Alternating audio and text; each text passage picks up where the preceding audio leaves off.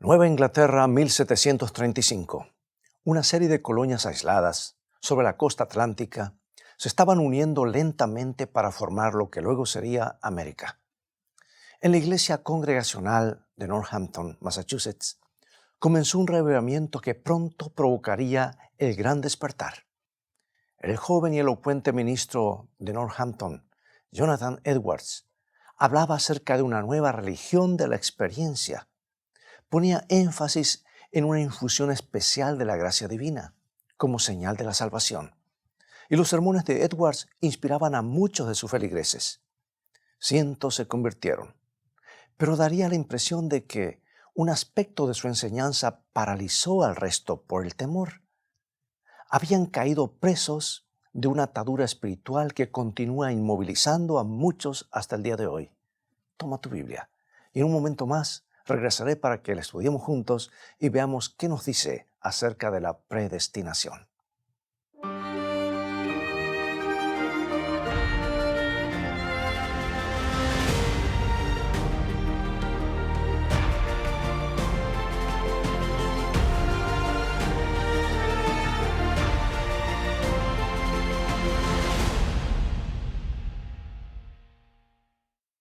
Mientras Hester Williams caminaba lentamente hacia la iglesia, el cielo sobre su cabeza parecía especialmente lóbrego.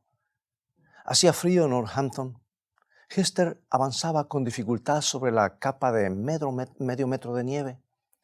Saludó a un transeúnte con una sonrisa, pero en su interior, esta joven mujer se estaba sintiendo terriblemente angustiada. No podía avisorar una salida para sus problemas. Pocas semanas antes, Hester había experimentado lo que consideraba como una infusión de la gracia divina. Y después de uno de los servicios de Jonathan Edwards, quedó extática con la sensación del amor de Dios. Le parecía que el Salvador estaba muy cercano. Pero después de esa transportación de entusiasmo, como se lo llamaba, llegó un periodo de letargo y depresión. Y el pastor Edwards solía advertirles que el diablo también producía experiencias de éxtasis. Y Hester se preguntaba si su entusiasmo había sido un truco satánico o si había sido tocada realmente por el Espíritu de Dios. ¿Cómo podía saberlo? Antes que nada, Hester quería tener la seguridad de que se encontraba entre los elegidos de Dios. Y Jonathan Edwards enseñaba que algunos están predestinados para la salvación y otros están para la perdición. El destino eterno de cada uno no depende de nuestras decisiones. Eso es lo que él enseñaba. Y Edwards también enseñaba que no había manera de saber si estábamos entre los elegidos o no. Y una persona podía vivir de la manera más piadosa y moral y estar, sin embargo, destinado inevitablemente a la condenación. Hester Williams dejó atrás el frío e ingresó a la iglesia de Jonathan Edwards con la esperanza de que ese domingo pudiera ser diferente, esperando que algún rayo de certeza pudiera alcanzarla. Pero cuando el reverendo Edwards se levantó y predicó su discurso, las esperanzas de Hester se desvanecieron.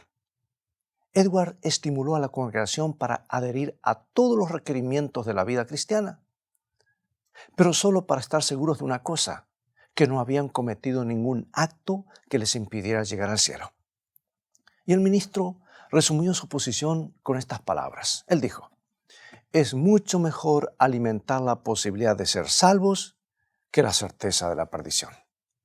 El servicio terminó y Hester caminó en silencio, sin esperanzas, hacia el frío exterior. Para ella había comenzado la parálisis de la predestinación. He inventado el personaje de Hester Williams como ejemplo de las muchas personas reales que han sufrido esas terribles ataduras espirituales. Ahora la pregunta es, ¿cómo se originó esta doctrina? ¿Cómo podían los cristianos creer que Dios sería tan arbitrario e injusto? ¿Sabes que para comprender la predestinación debemos regresar hasta uno de los grandes reformadores, Juan Calvino? Calvino era un talentoso teólogo que tenía gran estima por la soberanía de Dios. O sea que para Calvino Dios era el gobernante absoluto, el rey omnipresente cuya voluntad no se podía resistir. Y Calvino razonaba que si el Todopoderoso controlaba todas las cosas, entonces el hombre no podía actuar independientemente de él. Y para Calvino, la soberanía de Dios eliminaba la libertad del hombre. Este reformador estaba reaccionando ante la iglesia medieval con todas sus penitencias y ceremonias destinadas a obtener la salvación. Y Calvino afirmaba con vehemencia que la salvación proviene solo de Dios y es solo por gracia. Las obras del hombre no tienen nada que hacer.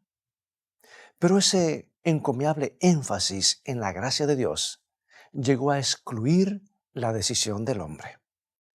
De esta manera, la predestinación estricta nació como doctrina y desde los tiempos de Calvino se ha diseminado con distintas formas.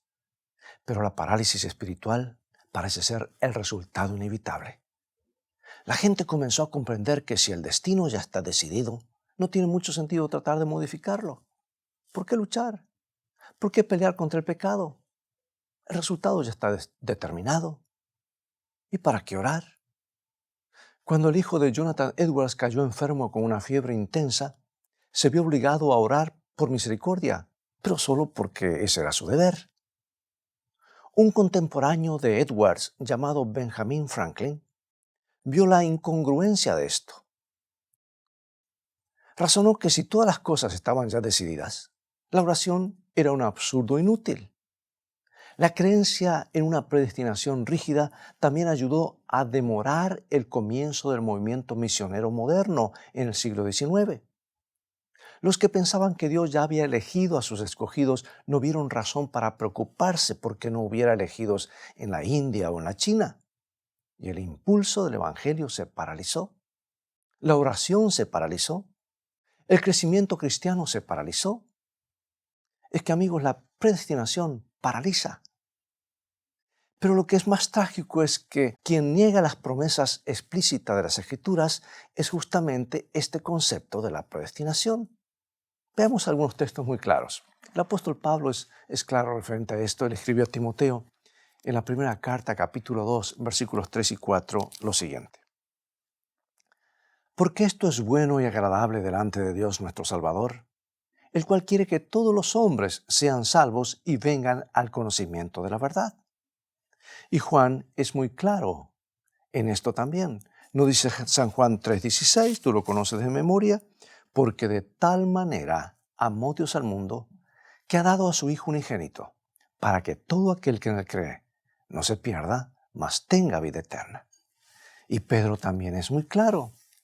Nos asegura que el Señor es paciente. Segunda carta de Pedro, capítulo 3, versículo 9. No queriendo que ninguno perezca, sino que todos procedan al arrepentimiento.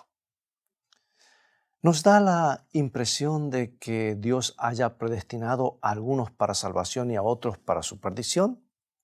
Si así lo fuera, sería una burla para las generosas promesas de Dios. Haría que la preciosa invitación de Jesús, venid a mí, todos los que estáis cansados, todos los que tenéis sed, fuera en realidad una broma de mal gusto. Bien, en vista de las claras promesas de las Escrituras, muchos abandonaron la idea de una predestinación rígida. Sencillamente no podían creer que el Padre Celestial fuera a enviar a cierto número de sus hijos al infierno arbitrariamente. Pero sobrevivió una forma, escucha bien, de predestinación modificada. Vino de lo que Calvino había llamado la preservación de los santos. Se lo conoce más popularmente como seguridad eterna. O sea que la nueva predestinación permite que el hombre decida hasta cierto punto. Está en nosotros aceptar o rechazar a Cristo como Salvador. Pero después que lo hemos aceptado, nuestro destino está sellado. Nada de lo que hagamos podrá modificarlos. Y lo conocemos como la teoría de una vez salvo, siempre salvos. Es como si tuviéramos libertad de elección antes de ser cristiano, pero después la libertad desaparece. Esta nueva predestinación está más en armonía con un Dios amante que el concepto antiguo, pero igualmente contradice algunas verdades explícitas de la Biblia. Así como la antigua predestinación negaba las claras promesas de la Escritura, La nueva predestinación niega sus claras advertencias. Bueno, el escritor de Hebreos es claro, nos advierte en Hebreos capítulo 10, versículos 26 y 27 lo siguiente. Porque si pecáremos voluntariamente después de haber recibido el conocimiento de la verdad, ya no queda más sacrificio por los pecados, sino una horrenda expectación de juicio. Y no se refiere a las fallas ocasionales que todos tenemos en la vida cristiana. La Biblia nos promete claramente el perdón de nuestros pecados. Y este pasaje es una advertencia de un patrón deliberado y constante de pecado que rechaza el perdón de Cristo. Podemos rechazar el sacrificio por los pecados. El apóstol Pedro, hablando de los que son corrompidos por el mal después de aceptar a Cristo, dice en su segunda carta, capítulo 2, versículo 21, porque mejor les hubiera sido no haber conocido el camino de la justicia, que después de haberlo conocido, volverse atrás del santo mandamiento que les fue dado. O sea que podemos volverle la espalda a Cristo. Podemos rechazar el perdón que nos ofrece. Y Dios respetará esa decisión.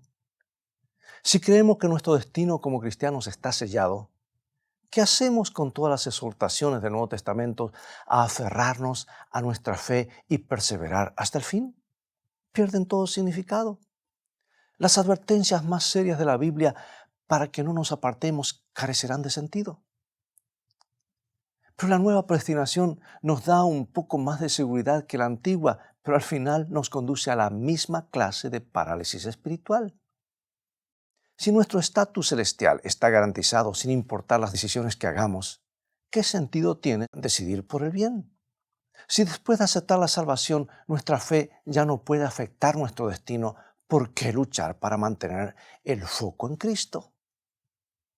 Bueno, la antigua predestinación paralizaba a las personas con inseguridad y temor. La nueva las paraliza con la complacencia. La antigua llevaba a muchos a un legalismo desesperado. La gente producía buenas obras como señal de que estaba entre los elegidos. Pero la nueva estimula el letargo espiritual. Las personas pierden el sentido del elevado llamado de Dios. ¿Hay otra alternativa? ¿Hay forma de evitar tanto el legalismo como el letargo? Yo creo que la Biblia nos muestra la salida de la parálisis espiritual. Sabes que es el sendero de la elección, el camino de la libertad bajo un Dios soberano. Y creo que ese es el camino que nos señala toda la revelación de Dios. Sin libertad de elección, muy pocas cosas tienen sentido en la Escritura. Y podemos verlo desde el mismo comienzo en el jardín del Edén. ¿Por qué cayó aquel mundo perfecto? ¿Por qué el dolor y la muerte entraron en la escena que Dios mismo había dibujado? Porque dos seres humanos, Adán y Eva, tomaron una decisión, y esta vez una decisión equivocada. No estaban en el paraíso como robots. Dios no forzaría su obediencia. Tenían la libertad para elegir un plan alternativo al de Dios. Lo mismo ocurrió con Lucifer. Y esa opción resultó ser una gran tragedia. Pero Dios igualmente les pidió que al hombre que eligiera libremente un destino mejor si así lo deseaba. Considera la larga historia de los israelitas. Oscilaban entre la idolatría y el culto a Jehová, entre el cumplimiento del pacto y la disolución moral. Israel padeció una gran cantidad de desastres y otras tantas liberaciones. ¿Por qué? ¿Estaba el Todopoderoso jugando algún juego con un pueblo cuyo destino ya había sido decidido? No. Los libros de Jueces, Reyes y Crónicas dejan claro que las decisiones de Israel eran muy importantes. Los israelitas vieron muy gráficamente los resultados de elegir a favor y en contra de Dios. Podían decidir su propio destino. Y en la cumbre del Monte Carmelo, el profeta Elías les presentó muy claramente las dos opciones. Allí estaban los sacerdotes de Baal, danzando frenéticamente, lacerándose a sí mismos, clamando a los gritos que su Dios aceptara el sacrificio animal. Y allí estaba también Elías, orando con fe y recibiendo una impresionante respuesta del cielo. En esa montaña, Elías hizo este llamamiento registrado en el libro primero de Reyes, capítulo 18, versículo 21. ¿hasta cuándo claudicaréis vosotros entre dos pensamientos? Si Jehová es Dios, seguidle, y si Baal, id en pos de él. O sea que el profeta quería que tomaran una decisión. Israel tenía remedio para su letargo espiritual. Había una opción para el grave legalismo de los sacerdotes de Baal. Tan solo debían tomar una decisión. ¿Sabes que todos los mensajes de los profetas descansan sobre esa suposición? Que sus oyentes tienen la capacidad de decidir. Esa es la razón por la cual Dios nos suplica encarecidamente. Escucha el llamado divino, que está en Isaías capítulo 65, versículo 2. Extendí mis manos todo el día a pueblo rebelde, el cual anda por camino no bueno, en pos de sus pensamientos. Y Jesús continúa el elocuente llamado de Dios. Escucha su voz razonando en el templo de Israel. Está en San Mateo capítulo 23. Jerusalén, Jerusalén, ¿cuántas veces quise juntar a tus hijos, como la gallina junta sus polluelos debajo de las alas, y no quisiste? ¿Captas esta expresión? No quisiste. Es que el amor no puede forzarse. Dios se rehúsa a forzar nuestra lealtad. Debe ser espontánea y libre. Es por eso que los apóstoles entregaron sus vidas para llevar el Evangelio a toda nación, lengua y pueblo. Porque todos deben tener la oportunidad de tomar una decisión. Y esa es la razón por la cual las epístolas del Nuevo Testamento están llenas de poderosos llamados. Querían que sus oyentes eligieran a Cristo, decidieran por su camino, optaran por su servicio. Y en el corazón de todas esas exhortaciones está la libertad de elección. Como ves, nuestro todopoderoso Padre Celestial tiene la grandeza de crear agentes morales libres. Quienes se adhieren al concepto de una predestinación rígida están limitando la soberanía de Dios. Y con esa idea, Dios solo puede hacer santos, perfectos o pecadores perdidos. No puede crear el milagro en los corazones humanos, dándoles libertad a cada uno para que responda de acuerdo con su individualidad. No, yo creo en un Dios soberano que es tan grande que les otorga libertad a sus hijos. Tan grande, escucha bien, que nos predestina a elegir. Y creo que su gracia es tan grande que puede ser ofrecida a todos. Dios ofrece su gracia y nosotros tenemos la libertad de responder. Esa es la base de nuestra certeza. Es la salida de nuestra parálisis espiritual. Dios no quiere que agonicemos por la incertidumbre de si estamos o no entre los elegidos. Tampoco quiere que nos hundamos en una falsa seguridad. Lo que quiere es que elijamos creer en Él. Escucha estas tranquilizadoras palabras del apóstol Juan. En la primera carta, está al final de la Biblia, capítulo 5, versículo 13. Estas cosas os he escrito a vosotros que creéis en el nombre del Hijo de Dios, para que sepáis que tenéis vida eterna. Podemos saber que tenemos la vida eterna porque tenemos la libertad de elegirla. Tenemos la libertad para creer en Cristo. La vida eterna no se basa en nuestro comportamiento, sino simplemente en elegir a Cristo. Y eso le cierra la puerta al legalismo. Pero la decisión continúa siendo nuestra. Siempre somos libres para elegir a Cristo o rechazarlo. Y los versículos de las Escrituras que hemos leído lo establecen muy claramente. Tener la vida eterna significa continuar poniendo nuestra fe en Cristo, continuar una relación con Él. Eso le cierra la puerta a la complacencia. Oh, cuán agradecido estoy a Dios por esa seguridad. Él es fiel en responder a nuestras decisiones. Hay tanto a nuestra disposición, tanta gracia y amor, tanto poder, si tan solo lo elegimos. Muchos necesitamos comprender esta verdad más plenamente. Es que aún después de reconocer en nuestra mente que nuestro destino no está sellado, una cierta clase de parálisis, ¿verdad?, persiste en nuestras acciones. Puede que hayamos llegado a ser muy pasivos en nuestra relación con Dios. O tal vez hago un paréntesis aquí y digo, sabemos que tenemos la verdad, y eso nos pone tranquilo y nos paraliza. No debe ser así. ¿Sabes que es cosa buena esperar en el Señor? En el sentido de buscar su guía. Pero hay creyentes que convirtieron la espera en vocación. Están esperando que algún milagro les aumente la fe, mientras que la palabra que construye la fe junta polvo sobre la mesa de la cocina. Están esperando que la lluvia tardía caiga sobre ellos, así pueden darle testimonio a su vecino. Pero él mismo nunca le dice una palabra a su vecino. Están esperando que ocurra un derramamiento del Espíritu Santo capaz de sacarlos de sus sillones y ponerlos en acción. Siempre están esperando. Escucha, amigo y amiga, la vida cristiana no es así. Dios responde a nuestras decisiones. Él ya ha puesto a nuestra disposición todos los recursos que necesitamos, pero debemos elegirlos. Debemos dar un primer paso, entonces Dios nos responderá y hará que sucedan grandes cosas. El señor Goldberg, un ateo y alcohólico, tuvo que dar un paso. Su problema con la bebida lo había obligado a buscar la ayuda de un pastor cristiano. El pastor le preguntó si podía considerar al menos la posibilidad de que Dios pudiera ayudarlo.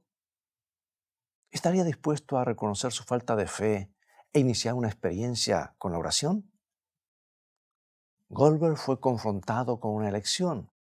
Podía seguir siendo ateo o podía dar un paso hacia Dios que él no estaba seguro de que estuviera allí. Así que Goldberg decidió dar ese paso. Comenzó a orar cada mañana. Si eres quien la Biblia dice que eres, dame el poder para vencer mi problema con la bebida. Y esa oración era un paso muy pequeño, dado con muy poca fe, pero Dios respondió. Y Goldberg encontró el poder para dejar de beber. Su asombro se convirtió en fe y aceptó a Cristo como su Salvador. Adoniram Judson Gordon también tuvo que dar un paso. Era un conocido ministro de Boston, en Estados Unidos, y debió enfrentar en su ministerio lo que él denominó una creciente fatiga y desesperanza del espíritu. Todos sus esfuerzos parecían inútiles. Se volvió tan ansioso que su salud se deterioró. Y Gordon no esperó a estar en plena caída para ver si sucedía algo con su vida espiritual. Tomó una decisión. Comenzó a dedicarle un tiempo especial a la oración y al estudio de la Biblia. Y Dios le respondió. Y Gordon hizo emocionantes descubrimientos en la palabra de Dios y recibió el poder del Espíritu Santo. Su ministerio fue revitalizado. Sí, amigos, Dios responde a nuestras decisiones. Bendice nuestros primeros pasos, aunque sean vacilantes. Ya a manera de conclusión, quiero preguntarte, ¿sientes que debes tomar algunas decisiones en este momento? ¿Has sido afectado por la parálisis espiritual? ¿Has hecho de la espera una costumbre? Creo que Dios te está indicando que debes seguir un nuevo rumbo. Puede ser el de la fe en Cristo, el del redescubrimiento de su palabra, el de una tarea especial para su causa. En fin, podrían ser muchas cosas. Por favor, toma ese primer paso de fe, da ese primer paso de fe. El camino puede parecerte difícil al comienzo, pero puedes hacer una elección, puedes dar el primer paso. Y Dios te responderá. Todos sus abundantes recursos estarán a tu disposición. Dios es quien espera. Siempre está esperando por nosotros. Que decidamos lo correcto. Para eso nos dejó su manual, su palabra. Nosotros debemos hacer una elección. Está en nuestras manos dar el primer paso. Te invito a dar este paso junto conmigo mientras oramos. Querido Padre Celestial, gracias por poner delante de nosotros el mejor camino para elegir. Tú respetas nuestro libre albedrío. Jesús murió para hacernos libres. Queremos dar ese primer paso. Hoy aceptamos y elegimos la vida eterna, elegimos a Jesús. Ayúdanos a permanecer en Él y que Él por su Espíritu permanezca en nosotros y de esa manera que esté siempre presente el gozo de la salvación en nuestras vidas. El enemigo nos quiere separar de Jesús, pero a través de las herramientas que has puesto a nuestro alcance, la oración y el estudio de tu palabra y el testimonio cristiano, que podamos mantenernos unidos a Jesús todo el tiempo. Te necesitamos siempre. No queremos ser como otros que comenzaron la carrera para luego apartarse. Queremos llegar a la meta y estar listos cuando Jesús regrese. Te lo pedimos y agradecemos en su bendito nombre. Amén.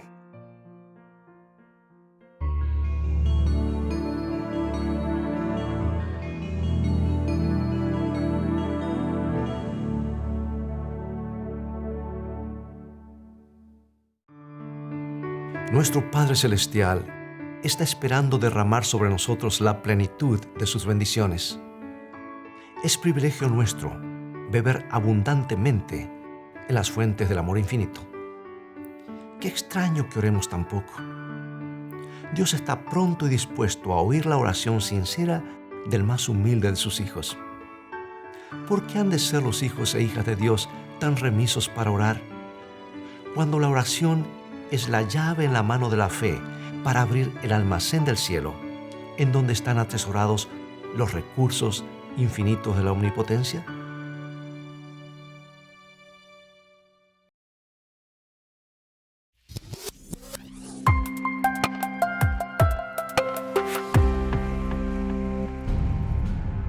Querido amigo y amiga, la nueva serie de Escrito está, Fe a toda prueba, ya está disponible. En ella nos trasladaremos al antiguo Imperio Romano, donde los primeros cristianos, rodeados por un ambiente sediento de poder, lujuria y persecución, lucharon para mantener una fe viva pagando el precio de la muerte. Y aunque carecieron de poder político o recursos económicos, alcanzaron la victoria. ¿Cómo pudieron estos mártires soportar la tortura y el dolor? ¿Cómo mantuvieron viva la llama de la fe? Y aún más importante, ¿cómo puedes tú tener esa misma fe en la hora de la prueba? Fe a toda prueba. 5 temas que desafiarán tu fe. Adquiérela hoy mismo visitando la tienda de escritoestá.org o llamando al 423-362-5834.